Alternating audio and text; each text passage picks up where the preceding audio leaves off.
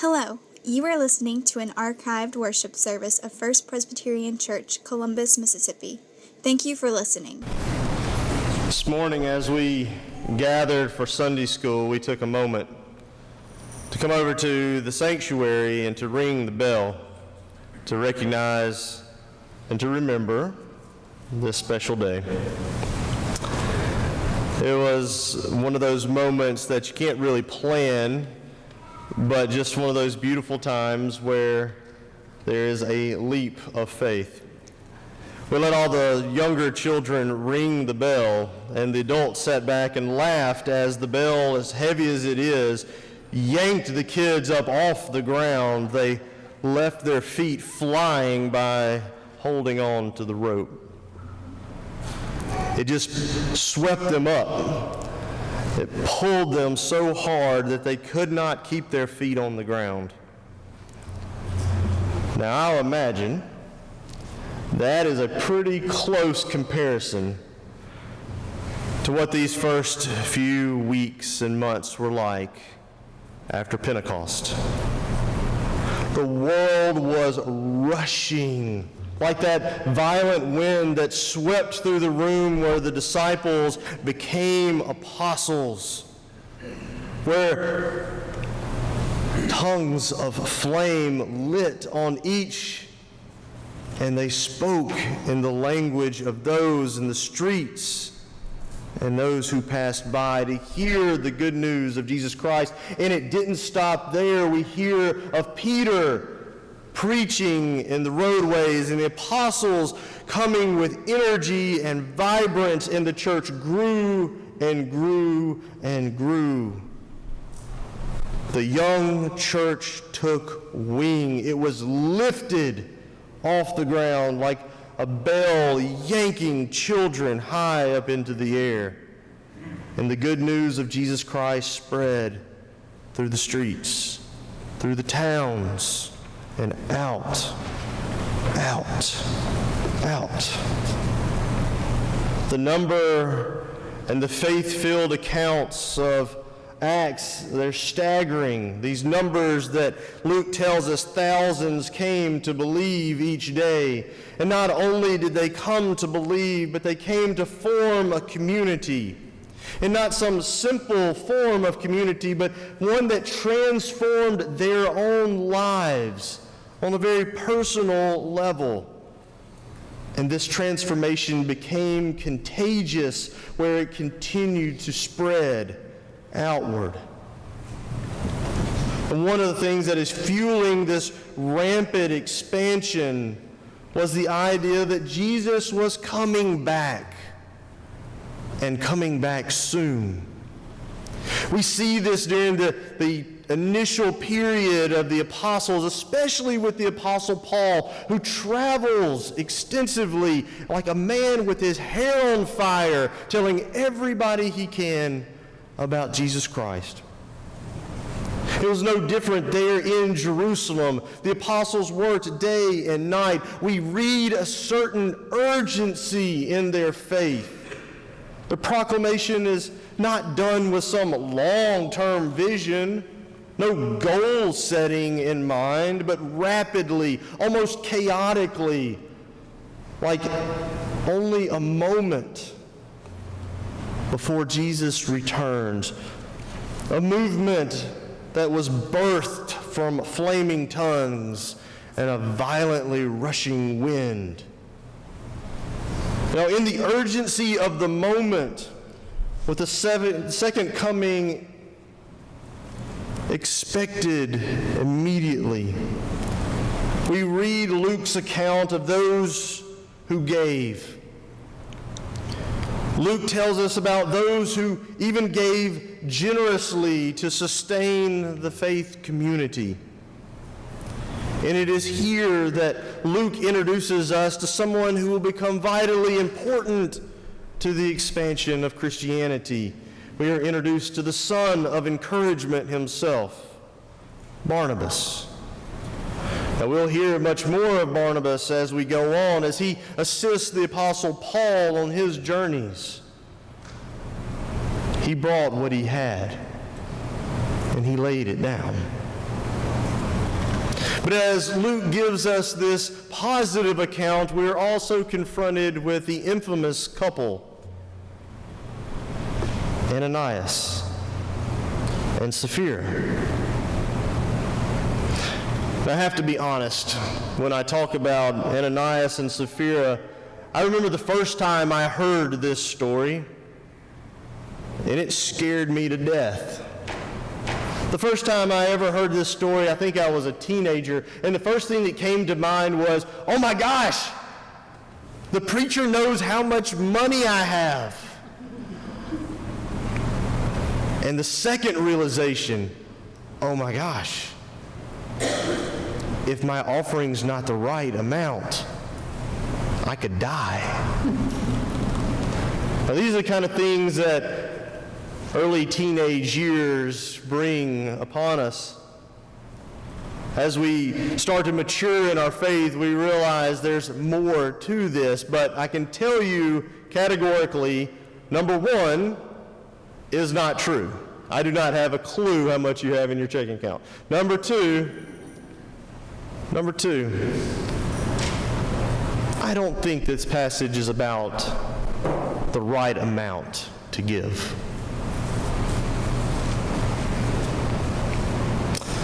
It's taken many years and many readings and many helps along the way and guidance from congregations and love of good friends as I've considered this text in new ways. Now I remember, and I always will remember, the first reading of this, but I now find a deeper value of this passage. I can remember when all the money I possessed fit into a piggy bank, or as I've said in times past, I've told you the story about my Band-Aid tin full of dimes. I remember when the whole world and everything I owned could fit in that small little box. But of course, my simplicity of living was at the expense of my parents, who paid a mortgage, who made sure the lights were on and that there were food was on the table each night. My simple living was at the expense of people who knew what it was like to struggle, to make hard decisions, to pay the bills. Now I imagine this is the world that Ananias and Sapphira are part of. I imagine that there is a family to take care of. There are bills to pay, possibly even children to feed. There are always taxes to render unto Caesar, and there is land to keep up. Ananias and Sapphira are not unlike us. They know the struggles of making ends meet. But now they've been swept up like a rope that carries a child off the ground. Their feet are flying as the spirit of Pentecost comes into the world. They've been caught up and they hear about this man, Jesus Christ, not simply a man, but the Son of God, the Messiah who has come for them, for us. And they find joy and they find comfort and they find community. They find good news. Good news, salvation from the wear and the tear of this world. An energized community living with the urgency of a Messiah come. And people were doing incredible things. They would have heard the most stirring sermons. Their ears would have tingled as they felt the fantastic testimonies of the apostles. They would have witnessed with their own eyes the works of the Spirit, and their heart would undoubtedly been moved as their feet left the ground. I imagined that they turned to one another and they said, "Remember that plot of land? Yes, Let's sell it. Let's give it to God's use. This is our community. Amazed and generous, more than expected. That's a life with your feet off the ground. But then a second thought. But then a toe touches. And Sapphira turns to Ananias and says, "Hey, but what about that trip that we were going to take?" Ananias says, "Oh my gosh, what if the kids need braces?" Sapphira says, family business hasn't been doing very well. Ananias replies, "What if this Peter guy is not in it for us?" One of them remarks, "What if the stock market loses 30%? Sapphira says, "What if you get laid off? What if I get sick?"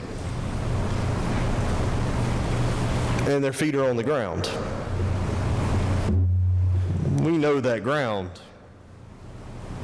We can imagine them saying these things because we have all said these things. We can imagine the toe touch. We can imagine the heel landing firmly. So why is Luke telling Theophilus this story? What is Luke trying to tell us? What good news is there in this very odd story? Well, I love what the Scottish preacher William Barclay says of our passage today. He said, "It is the most stubbornly honest text of the whole Bible.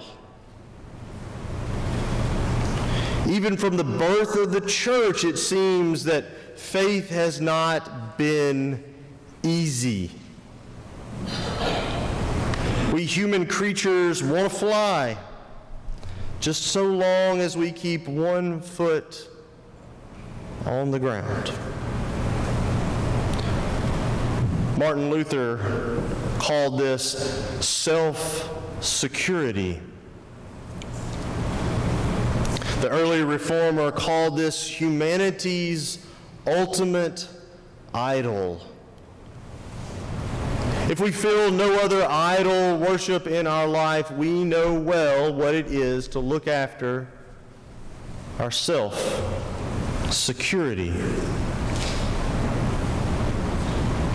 Sapphira and Ananias wanted the world both ways, just as we would like to see the world both ways. They want security, and they want this community of the faithful. They want to see the kingdom that is and the kingdom that comes. So their failure is not that they did not give all they had. Their failure is the why they did not give all they had. Their failure was a partial faith, a pretending faith.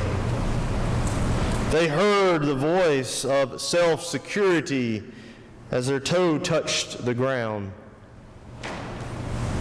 Edward Farley, professor at one time at Vanderbilt Seminary, self-serving mentality is at the heart of all failures to live by faith in God. Self-serving mentality is at the heart of all failures to live in faith, by faith in God. They then covered it up. And they covered it up with a lie. A lie that was not needed. As Peter says, wasn't it yours? Wasn't this yours to give? A lie that is detrimental to the community.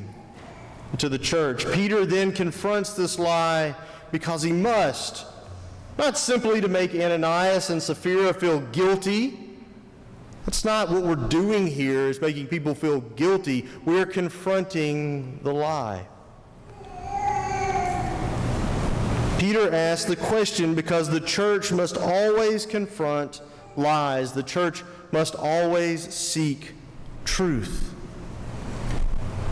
Will Willimon would add to this, to not confront the lie would have meant death to the church. To not confront the lie would have meant death to the church. There are very few things that made Jesus angry. In fact, we don't really like to think of an angry Jesus very often, but there's only a few things that ever made Jesus angry in his ministry. Whether it was choosing the law above a person or money-making schemes in the temple, the one thing that really made him angry, he was adamantly opposed to public faith. That is, an ungenuine faith. He lays it out in his Sermon on the Mount. He's opposed to people praying just so other people can hear. He says, don't make yourself look visibly ill when you're fasting just so others will praise you for it. He's against the giving of alms if it means public praise or adoration. Ananias and Sapphira desire public praise and recognition for a hollowed out faith. Peter confronts this just as Jesus did before him. This text is a great discussion about our possessions and how we treat them in our lives, what gives us our life, and what feeds our faith. I can find 3 reasons to give. I can think of 3. The one we have here in our text today, we give to receive praise, recognition, admiration. I think we see that that's not really a good place to start. Another way that we can give is out of guilt, is feeling that we owe it. Now, many times this text has been used that way. It is to the great detriment of the church that many over the centuries have used this text to guilt people out of their money, to make them feel like if they didn't give enough, they would disappoint God. I think that's an awful way to read this text, and I think that's an awful reason to give. But if Luke is trying to tell us one thing, if he wants us to find a positive role model in this with the son of encouragement, is the third reason to give, and the only reason I think that is worthy of us. To give out of trust and faith. Those moments are so special where we feel like we've been lifted off the ground. Those moments that our toes just don't touch anymore. Like a child being swept up by the weight of a hammer in a bell. We are pulled up off this earth and we feel that moment of utter trust in God. We give thanks and we respond in kind. I think that is the only way, the only good way that we should give to the work of God among us. A trust that will destroy those false idols of self-preservation.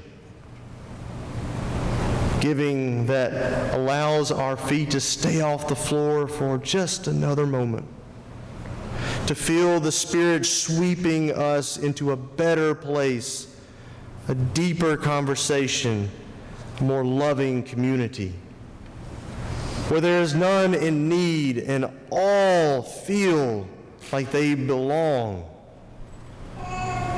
where the needs are met and the people feel loved. A faith like that opens us up to the true security that we have in Jesus Christ and not the false idols that we create for ourselves. If we are to take a lesson from our passage today, let us be sons of encouragement. Let us be children of community. And let us give out of response of great joy and faith that we are God's own. And in that, we find our security. Amen and amen.